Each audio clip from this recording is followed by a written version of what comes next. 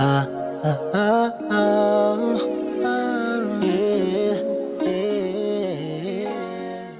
hello, hello, beautiful souls. Welcome back to another episode of Sisters with a Purpose. I'm your girl, Leash. I'm Bree. And our purpose today, and as always, is to give you a little bit of sports, bring you awareness of what's going on this month. And we haven't shot in a long time, so we're trying to wrap up March, so we're going to bring awareness to a topic here later on in the episode. So as you know, March is March Madness. It hasn't really been a lot of March Madness because for the men's bracket, it's been pretty typical. Not too many surprising teams. Houston won last night, which I was so excited about. I'm always rooting for the home team, but yeah, for the men's side, I think ESPN reported that there are not any brackets, like perfect brackets left. So your chance to win that money for submitting your bracket to ESPN is kind of slim pockets. But Bree, has Chris been watching any games? You've been watching any games for the men's team? We have not been watching nothing basketball. Yeah. We out of the loop. Yeah, it's okay. I mean, it's March. I know with between the NBA and March Madness, it's just a lot going on right now. Even besides sports, with the economy and the news and everything, I like watching March Madness because it takes a break from like real life and what's going on. And plus, it's just fun to see like if you're gonna guess the winning team or if you're not. We printed out a bracket. Husband and I did. We completed. We didn't get the chance to. Between the new puppy, between school, and between just life, and it's on the counter at the house. So we peek at it, but I'm not fortunate to have completed one this year. But yeah, so if you're watching the men's, I am rooting for Houston. Like I said, I root for the home team.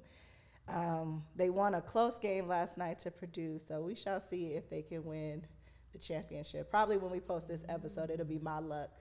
They've already lost. I will jinx them and contradict myself. But the next thing I wanted to talk about was the women's side, of course. So South Carolina, I'm rooting for them. I'm also rooting for UConn. Paige, this is her last year. She already said that she was going to go into the WNBA. I hope she comes to Dallas, even though she says she's not a fan of living in Dallas. Bree, you had an experience today you want to kind of share? So over it with Dallas. The airport, the weather, it's just, yeah. So the weather's not the same as it is in San Antonio? It's super sticky today. Like, okay. It's super sticky. It's super hot. Dallas, since the last time I've been here, they had, like, this whole, like, car service thing, Uber, all that had to go to like one garage. It's like 150 football fields away. Mm-hmm. And then I'm just like, okay, I'm used to this. I'm in routine. So I'm like, I got my bag, I'm going. And I get there and I'm like, the fuck? Like, this isn't. Yeah. What's going on? They moved the car service, y'all. So I had to walk all the way back. Find security to figure out where to go because somebody's brilliant idea of signage on where to go was to put it on the ground and be like, follow the little footsteps, peeps, I'm done. So you followed the yellow brick road to the Uber. I'm the yellow brick road, about to go check in, have a drink, and enjoy, lunch and dinner later on. I'm like, Dallas got to show me something else. Well, I would just say next time fly into DFW because it ain't changed. The international airport's pretty the same. That's where I fly. Love Field, I don't know. I heard they changed it, but then I heard they changed it back. I don't fly Southwest. I never really flew Southwest to begin with, but even now since they changed everything, I sure really don't Southwest fly them. Is about to be a little wrap for y'all, bro. We was holding on to them little two luggages for free. Yeah. Now, I might as well just. I mean, it's just quick. They fly in and out Southwest here like every hour. I think they have a flight going in and out of San Antonio. So does American. That's how I usually fly. So shout out to American if y'all ever want to give your girls some free vouchers or anything. But anywho, back to the sports segment and the women's side. So it is unfortunate. I was looking forward to Juju watching her play tonight, but she got hurt. Yeah, season injury. Yeah, she tore her ACL.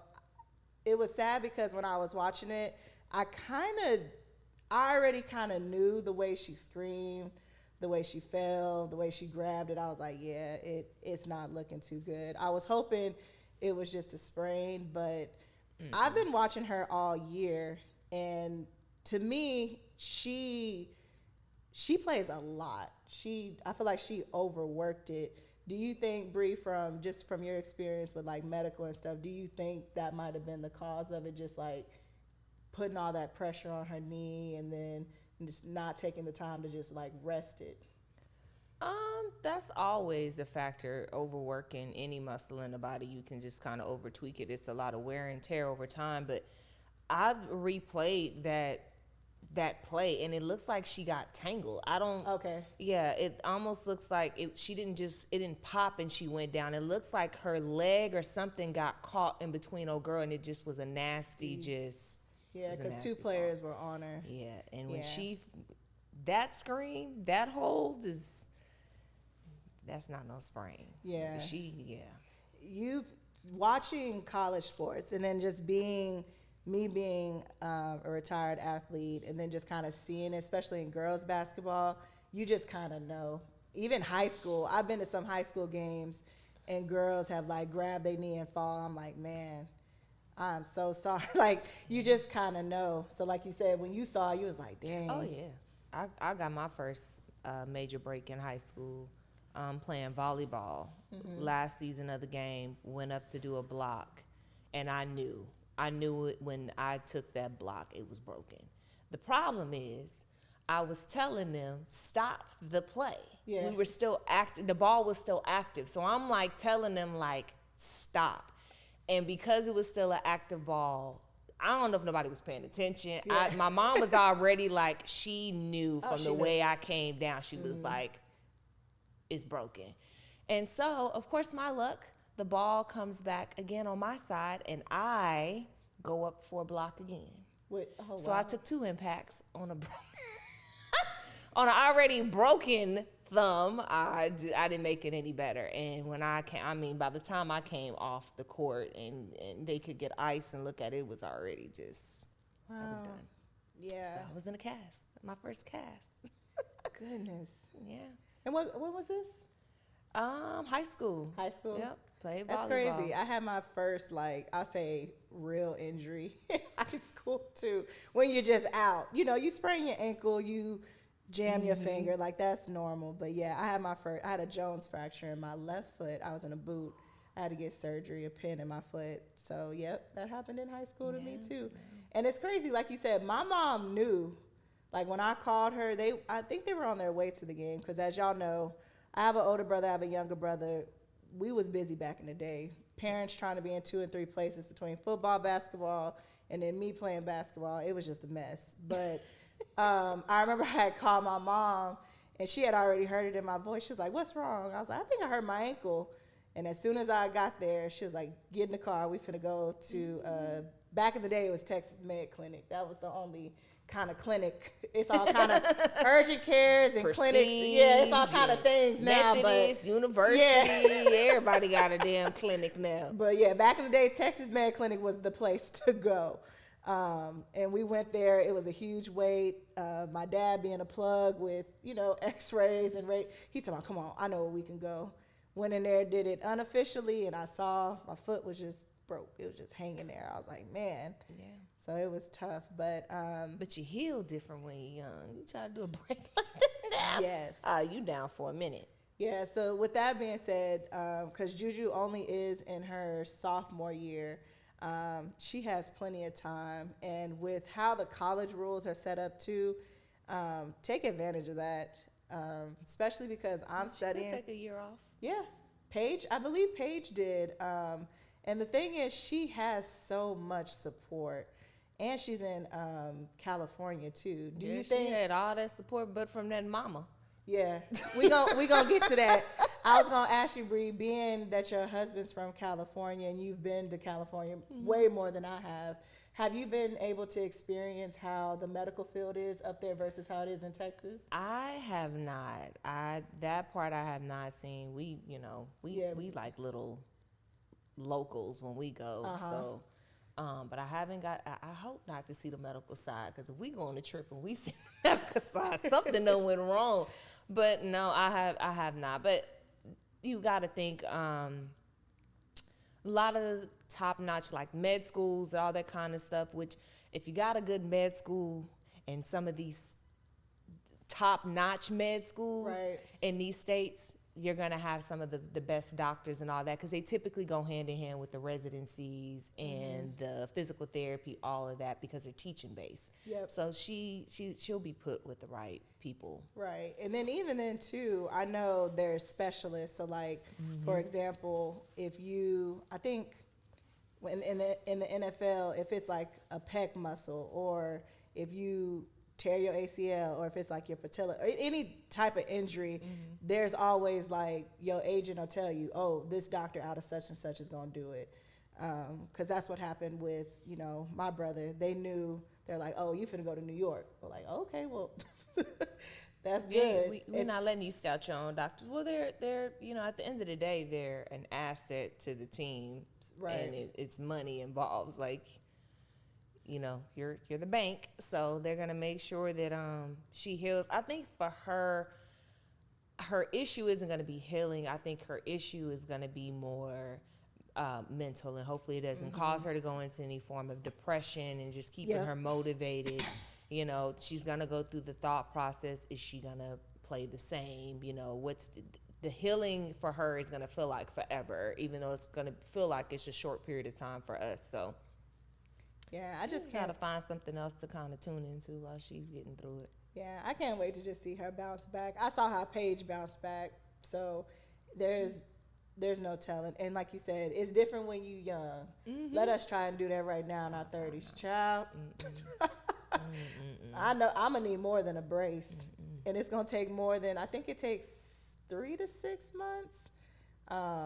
And even I think, correct me if I'm wrong, I think Derrick Rose tore his twice when he was with Chicago. So it's a prone injury. It is. Once you tear it once, it's you just have to worry about like strengthening it and stuff. But I wish her the best. It was so sad. I remember I was cooking, and husband was like, oh, Juju just went down. I turned around and said, what?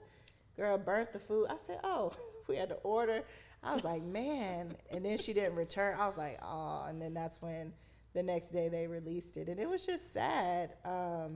But it was nice to see, you know, all the coaches come and just like, you know, like Dawn Staley said, she reached out to her to provide support, and just having the support of, you know, other women basketball players, because it's tough. It's tough to see a great, like, you know, get injured like that. And it's going to affect the ratings, you know, it's just like last year. If something was to happen to Caitlin Clark, the ratings would have been affected.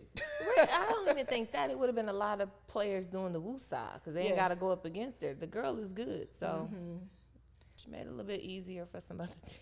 Yeah, so we shall see. They play tonight. I don't know who they play, honestly. I gotta look, but because it's March Madness. There's so many games going on, but I'm gonna tune in and see, because they did win. You know, they made it to the I think it's the Sweet 16 or the Elite 8. So we shall see how USC does. I was always rooting for her individually and Paige individually, but as far as the team, as the women's who I want to win, I'm always gonna rock with Dawn Staley in South Carolina. Well, you know, San Antonio's prepping for the Final Four, so oh my God, it's about to be a mess in 2 weeks. It's the men's are going there. Nice. Yep. San Antonio deserves that. Everybody loves. Well, they've been there before. They're bringing it back. Yeah, they got their just about to say contract that. again, because when they first came, my dad was over like assisting with them coming to the Alamo Dome and getting everything situated. You know, he's not with them anymore, but for them it's stressful. Yeah. Everybody else just get to come and have a good time, but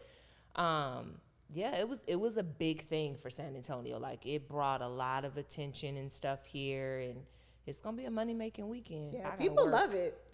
That's the thing. I guess since we're from San Antonio, well, we lived there majority of our lives.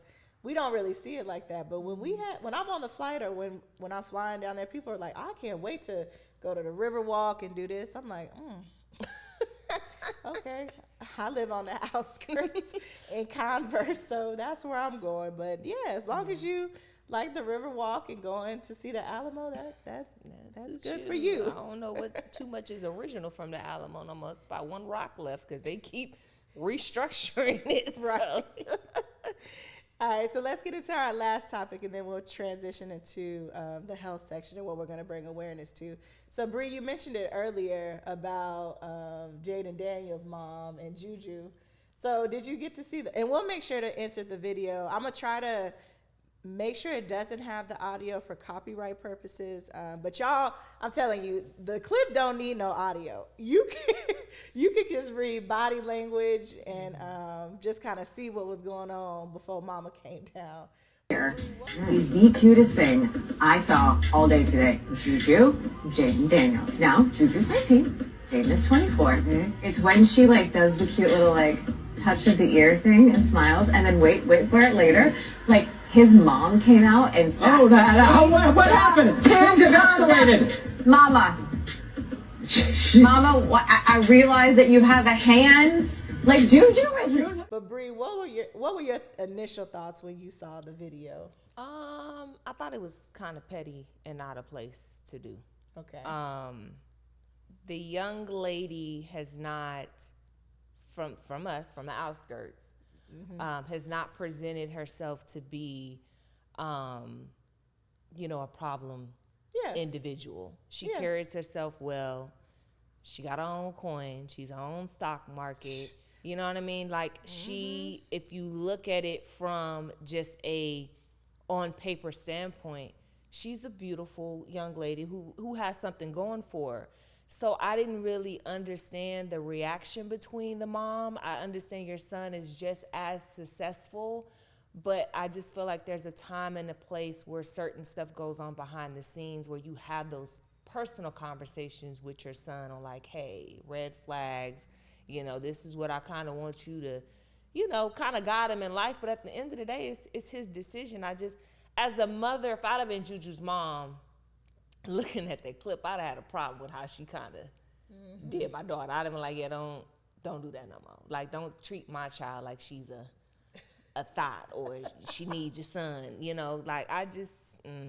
Yeah. I thought not knowing the context of the whole video, because again, all we saw was a clip from ESPN, which was weird because I'm like, out of all the people, they focused in on that. I'm like, how did y'all find them two just talking? And then they could have been sitting by each other the whole game.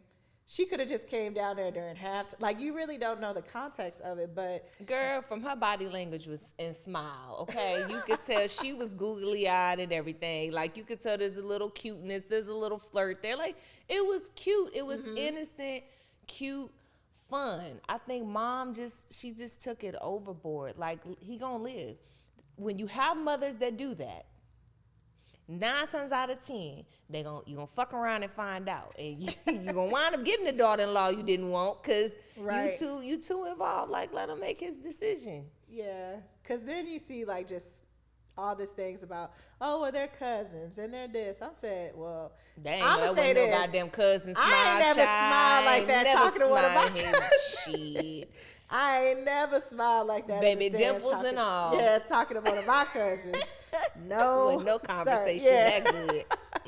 But yeah, I'm the same way with you. I didn't like how the mom just kind of like Juju ain't that girl. She on I think it's because I have commercials. Sons. I got 3 boys. I wanted and to I'm ask you, wish. How would you do? Would you do something like that? Nah. So Cameron, I told you about the little girl that we had an incident. I think a few podcasts ago we talked about the little girl that hit him upside the head and I went left or whatever. Well, come to find out, she had a crush. She has a crush on Cameron. The little girl stay on our street. I got audio and video of her coming to the door with little friends and and coming 6 foot off the ground when he comes to the door. It's cute. But I would never humiliate somebody else's child because I see the red signs. Yeah. Now, do I have personal conversations with my soon-to-be 13-year-old son? Like, son, I ain't this soft stuff I see in the neighborhood. Like, nah, let's fall back on that one. We still gotta learn our own emotions right now, maturity level, before we start wanting to add somebody else's on there. I just think some stuff is just, she could have let it play out.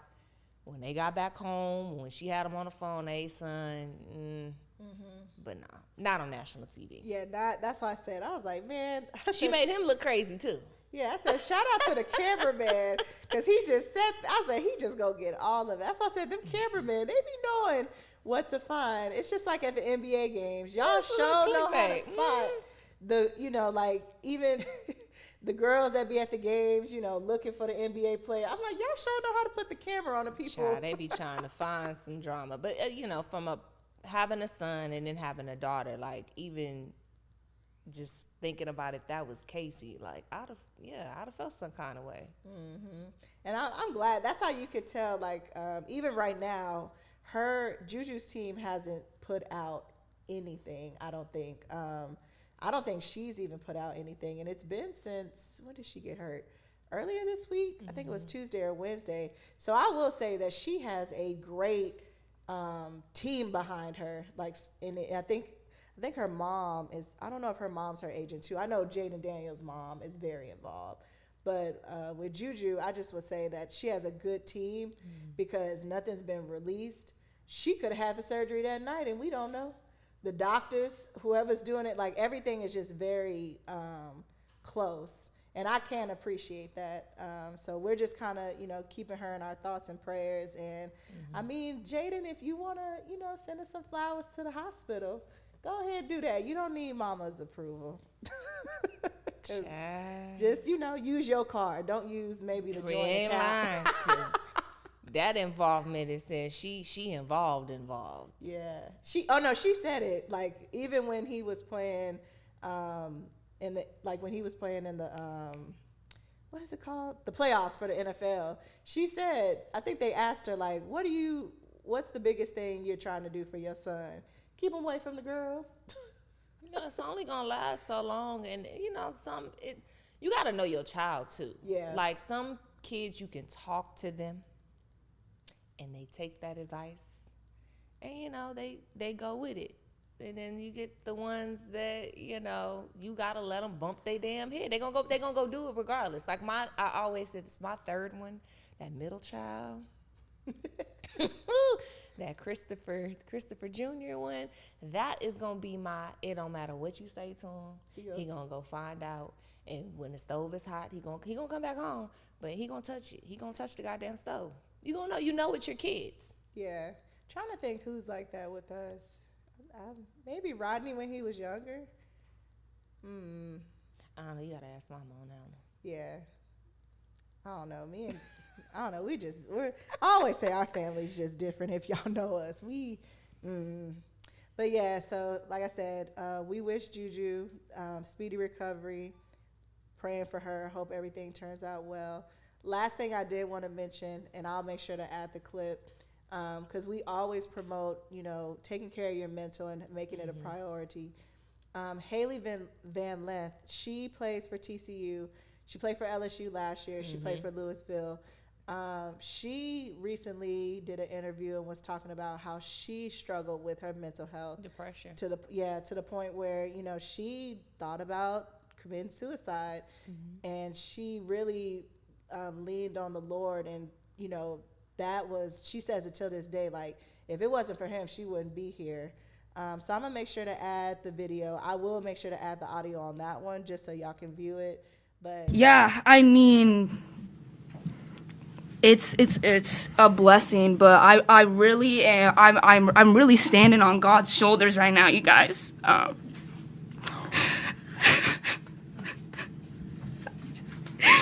He's delivered me from so much, man, and so much pain and suffering and confusion, and I just, it's all glory to God, truly. I would be nothing without him, and in the darkest moments of my life, he never turned his face from me, and I just couldn't be more grateful. to experience his love in this moment. So, you know, all those people are wearing my jersey out there, but it's for a greater purpose, and you know, it's God working, man. So that's all I have to say. No matter if you play sports, no matter, you know, just with everything that's going on right now, I do want to advocate for that. Don't hold anything in. If you feel like you are going through a lot, find somebody to talk to, because it can, if you don't, it can lead to that. And, you know, we don't want that to happen. But let's go ahead and tie into what we're going to bring awareness for. So March is Brain Awareness Month? Brain injury. Brain Injury Awareness Month. Thank National you. Brain Injury Month. Yes. So Bree, what did you want to kind of discuss with that? So this topic hits home for me. It's not something I've really kind of ever been outspoken about, like outside of this platform. Those that are close to me kind of know what happened in the series of events that happened with our son. But it is a personal topic for us. National Brain Injury obviously is going to be any form of injury that has occurred that involves, you know, the head and the brain. For us, our son, when he was 10 months old, unfortunately sustained what you call a subdural hematoma, and his was on the right side. So he had a right-sided subdural hematoma, which was on the right side of his brain. And in other words, in terms, he had a brain bleed. Typically, the cause of that is some form of trauma. Okay. That is, you know, whether it be a fall or a hit, it is a mass blow that causes the vessels to obviously leak, bust, and then you have a pool of blood on the brain. In our son's case, unfortunately, it was by abuse from a daycare worker. She has been charged, and it has been a long journey of us going to trial. Now I understand why when, you know, events happen in this world and you are like, this happened 12 years ago. They just not going to trial. The court systems move slow. They do. People get to go on with their lives. And then 12 years later, you're just now getting your grievance, your relief, whatever the end factor that is. So long story short, our son suffered from that at 10 months. And unfortunately, he did have some what we feel like are long-term effects that overlap with his autism, which next month is National Autism Awareness Month. And how we knew something was wrong, without going too much into the case, was we got a phone call that he had stopped breathing. When my husband got there were telltale signs that something had occurred. And so he eventually wound up calling me, and I was the one that was like, you got to get into the hospital now. Like, something's off. As a mother, my off was like, because this particular year, flu was bad. Yes. Flu is really, really bad. So I'm thinking, oh snap, he's got the bad strain of the flu. From the daycare, yeah. And my baby is like, he needs to be hospitalized. So some of those signs are being lethargic, vomiting, any kind of clear leakage from the nose, from the ears, seizures, a visible, you know, area where maybe you can see where the impact or something happened. Yeah. Those are like your big signs. And for our son, he had presented with being very lethargic. My husband could not keep him aroused, couldn't really keep his eyes and stuff open. And then he had the nausea and the vomiting. He couldn't keep anything down. This was when he got home. No, we didn't get him home. Oh, so okay. my This is when husband, when my husband got to the daycare, he was like, the math ain't math and something is not right. So we get him to the hospital. Our son was such in a shock state that he could not hold his temperature. So his core temperature was going below what it should be. So he was going cold. Okay. Long story short, we went into a trauma room probably within, I don't even think it was like 5 minutes, 10 minutes. I remember the doctor turning to me and being like, he has a subdural hematoma. Well, Chris is in medical. Chris is like, what is that? What the hell is that? I says, and I remember verbatimly, I was like, my son has a fucking brain bleed. what happened. Yeah. And so, long story short, 2 years were full of scans, neurosurgeons, we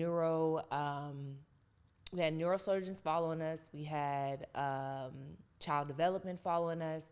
We had rapid brain CTs and MRI scans that we had to do every 3 months because it put him at a higher risk for what they call hydrocephalus, and that is fluid building on the brain, and it can't escape. So if you've ever heard of kids that have shunts, and these shunts are put in and they help the flow of that fluid come out a different way, that's what we were worried about Karsten having. And we had to be monitored very closely for 2 months. He didn't require a shunt, didn't wind up developing hydrocephalus. We were in ICU for like a week. All this happens like the week before Christmas. Wow. The week before Christmas. So he survived it. He does have what we feel kind of some behavioral, kind of like hot and cold, where he can kind of be more warm and bubbly, and then he can have signs where he's just like, I don't want to, really be bothered with anything. Right. He does have some, very, very smart, but he does have like some occupational and physical delays. So we do speech, physical, occupational therapy. We do all of that. So in regards to awareness, it happens. It can happen either from abuse. It can happen from a fall, all kinds of stuff. And I think maybe next year we can maybe get somebody who was probably military, and, that's a big thing is TBIs, and they have tons of research recoveries from TBIs, which is traumatic brain injuries. And typically that happens from your combat-related injuries, right. Vehicle rollovers or blasts, that kind of stuff. But and apparently that happens. I remember my husband was telling me vehicle rollovers happen like every day. A lot. Yeah, in the military, yeah. a ton. Unfortunately, it happens. You believe it or not, a lot of accidents in the military happen more during fucking training.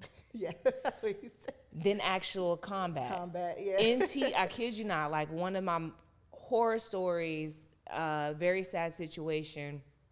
I was on maternity, so I wound up not going to NTC with our unit when I was stationed at Kansas. They left. They were getting ready to deploy, so first they go off to training and they prep. It's out in California. Typically do about 30 to 60, typically 30 days out there because I don't like to pay for family separations. About 30 days. They're going to try to bring you back on the 29th day. They're going to rush it. But long story short, they had a vehicle rollover out there, and then they also had an incident where they had the Bradleys, and the Bradleys have these kind of hydraulic doors that like drop, and you got to think these things weigh tons. Didn't know one of the soldiers was back there. They didn't clear it. They dropped the door. Wow. Caused a traumatic brain injury. Unfortunately, he didn't make it. We got the phone call that the incident happened. Military was trying to contact his family to get his family out there as soon as possible to kind of say their wishes. That was it. Same thing happened to us in Germany. Rained in the middle of training. Driver was probably not paying attention to German roads, speed limits. Flipped a military vehicle multiple times. Wow. Crushed one of the guys' side of his face. The other one, broke his leg. It happens. Yeah. Yeah. So going back to, about your son, when you initially heard the diagnosis, because, like you said, Chris, he wouldn't know. Same with my husband. When it comes to the medical field, like, girl, he don't even know what the little blue bag is for. I said, that's for when your nausea, you need to, they want you to put it. Anyway. Or they're white, blue or white. Yeah. The emesis bag. Yeah. What's this bag for? Trash? No, baby. Anyway, it's okay. But on a serious note, when you heard the initial diagnosis, how did you cope with it? In that moment, I thought I was going to lose my son. Okay. In that moment. 10 minutes after that moment, I placed the phone call to kind of like, I need you to tell me what happened. Y'all can read it between the lines with that. I went through anger. And I have said this before. I don't really care how it airs. I've always said that had it not have been that my son had to be transported to another hospital, and I didn't know if my son was going to make it, the decision I would have made that day, I can only thank God for. Because my biggest fear was leaving his side to go do something stupid and getting a phone call that I wasn't there, that my son didn't make it. Right. So I always said that that's my saving grace. But it was tough. It was tough for Chris, because Chris is, not to make LA seem a bad way, but Chris's upbringing and kind of being from that demographic, you have to understand where his mindset went. Right. Oh yeah, no. I So know Chris. So having I can read between the lines. Yeah. So having to pull him back, we were two parents just trying to get through and trying to grieve while trying to get through the situation. And it was a lot of prayer. I remember asking God, I don't care how you leave him here, that is a shoe I don't want to wear. Like I will take the load of vents and tubes and drains. And I know some parent is like, well, why would you want that to be the quality of life of your child until you have to wear that shoe? Man, you'd want it to be you. It's tough. So as far as treatment options, because you were going to school at the time for nursing, so you kind of, like you said, you knew it when the diagnosis came in. Chris didn't know. But as far as the treatment options, how did you make the best decision on that? Or did you trust the doctors? Because I know when it came to my dad being involved in his motorcycle accident, my mom was his eyes and ears. No, don't do that. What's that? He don't need that. We'll think about it. What papers is she asking all the questions, whereas some people, when their loved ones are in the hospital, they have no choice because they don't have the experience. It's just like, they don't have the experience. It's an emotional thing. Yeah. You're kind of blocked. I will say, in Carson's circumstance, I knew enough, but I can't say I knew a lot. Okay. The brain is very tricky, and it's treated a lot different than anything, because you're on borrowed time. And I will say I had one of the best neurosurgeons, pediatric neurosurgeons here in San Antonio that followed our son. Good. And we held off and we monitored, and we were in the hospital. We were trying to see, are we going to get to a swelling point? Because when you get to these cases, swelling is not your friend when it comes to the brain. Oh yeah. Because the brain doesn't have anywhere to go. You got a skull and it's hard bone. So when you have swelling, that swelling can only cause one thing to happen, and that's to push the brain down. Well, when you go down, you have your spinal cord, your stem, all that. So when you get in those circumstances, now you're talking about having to go in, remove part of the skull, relieve that pressure. You got to treat the bleeding. It's a lot. Like our son, and I didn't even think about it. Like we had to go to eye doctors because he had suffered a traumatic brain injury, because the pulling of the blood, they had to make sure, is this going to affect his vision? Do we see crystal? Like it was so extensive of just the amount of stuff we had to do. But I had to take the little bit I knew, trust the little bit that was put in front of me, and then just lay everything else in God's hand and just roll the dice. Because I remember when you called me, we came to the hospital. Till this day, I still didn't know the whole parameters of what was going on. It was just, you text us, you told us, dropped everything, ran to the hospital.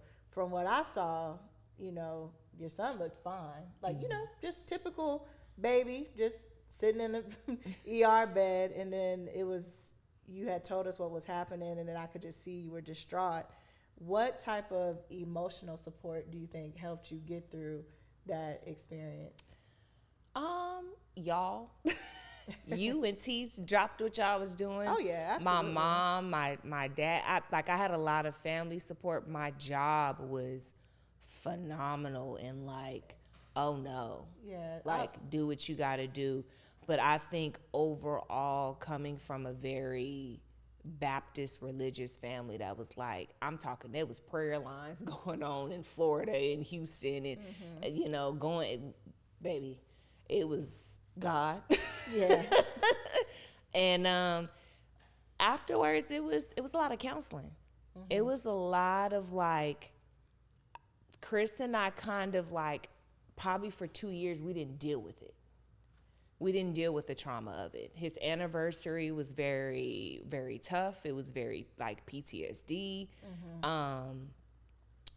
It was hard, and then when you had that on top of the lawyers calling, the prosecutor calling, we need for you to come down. We got to do this. It was a lot, and I think therapeutic for me was talking about it.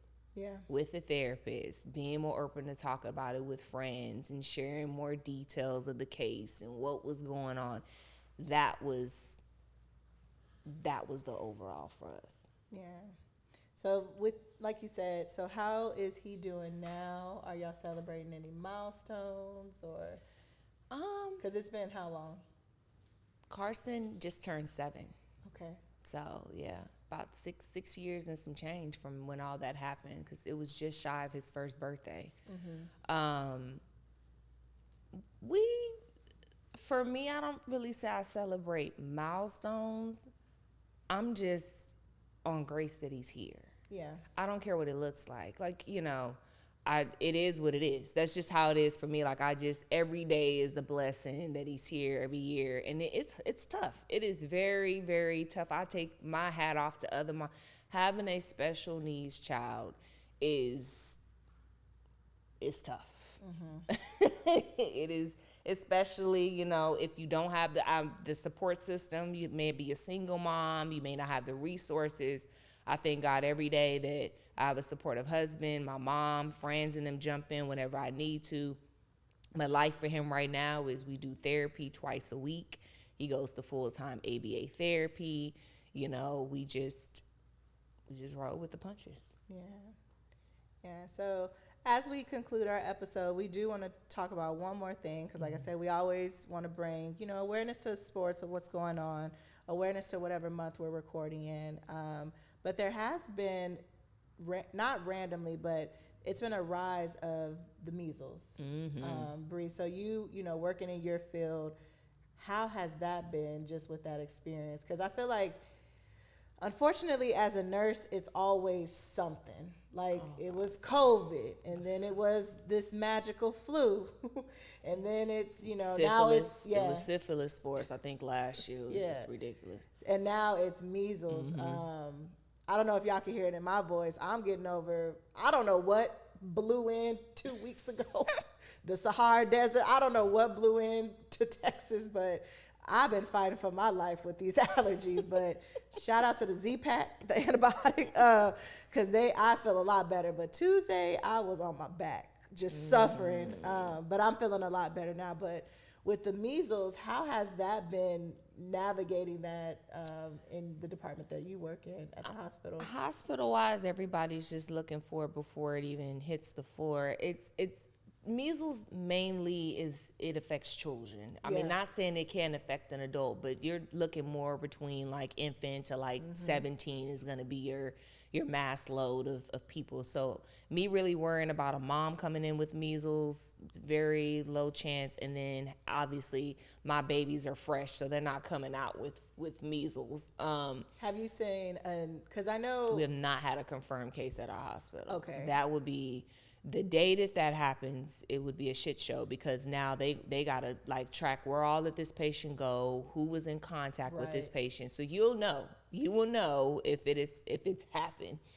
I was gonna say, have you seen an increase in wanting to get that? Because you know, nowadays people, after they have kids, it's like, we don't want anything. We don't want the vaccines. We don't want any of that.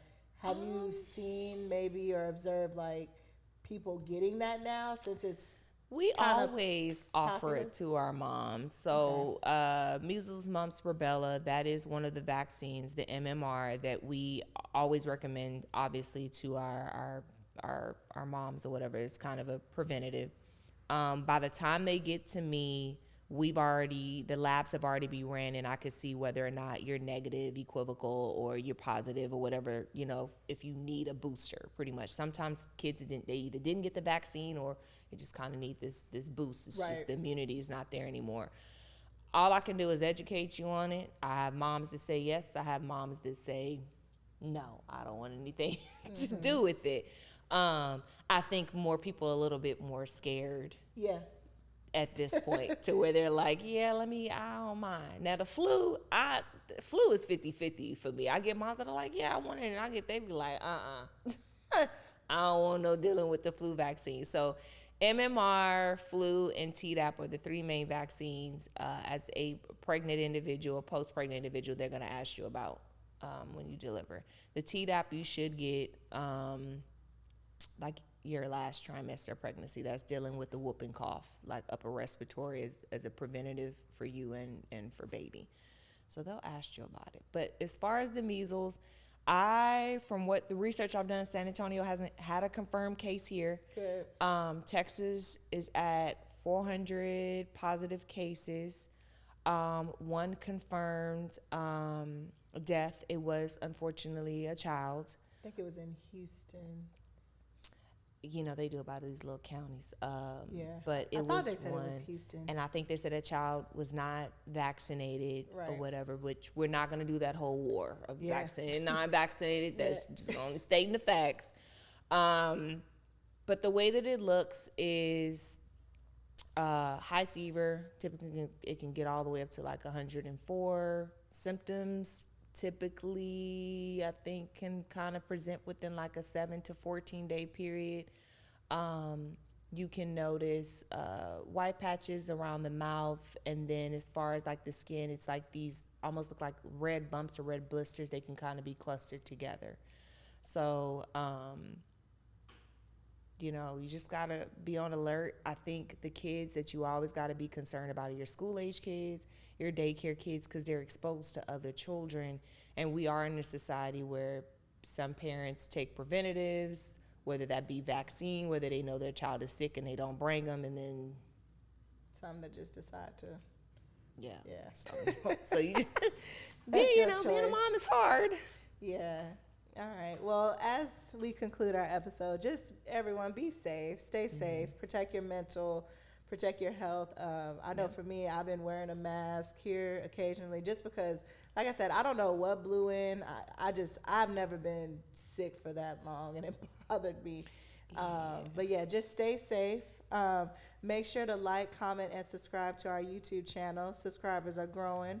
Working on monetization, getting there slowly but surely. I was telling Bree, I feel like every day I get on Instagram, everybody wants to start a podcast. Yeah, it's podcast heavy out here now. Yeah, which is fine. I mean, like I said, I work from home. I love putting something on in the background. So if you do work from home, put us on in the background. Listen to us. Leave a comment. What would you like to hear from us? We're always looking for feedback. But again, make sure to like, comment, and subscribe to our Sistahs with a Purpose YouTube channel. And as we conclude the episode, just stay safe. Remember to be aware of that March was, I don't want to mispronounce it.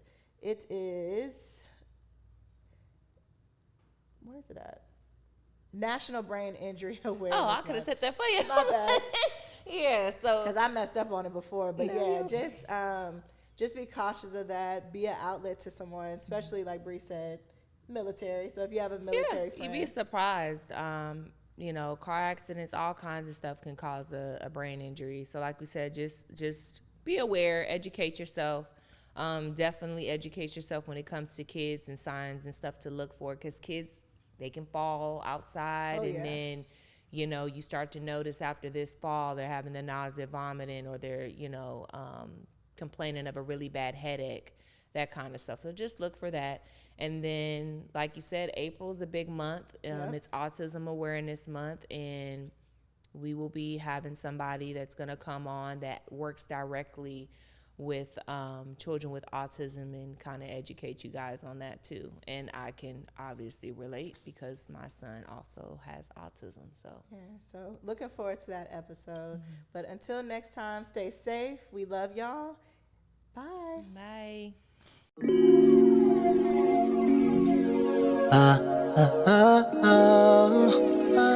Yeah.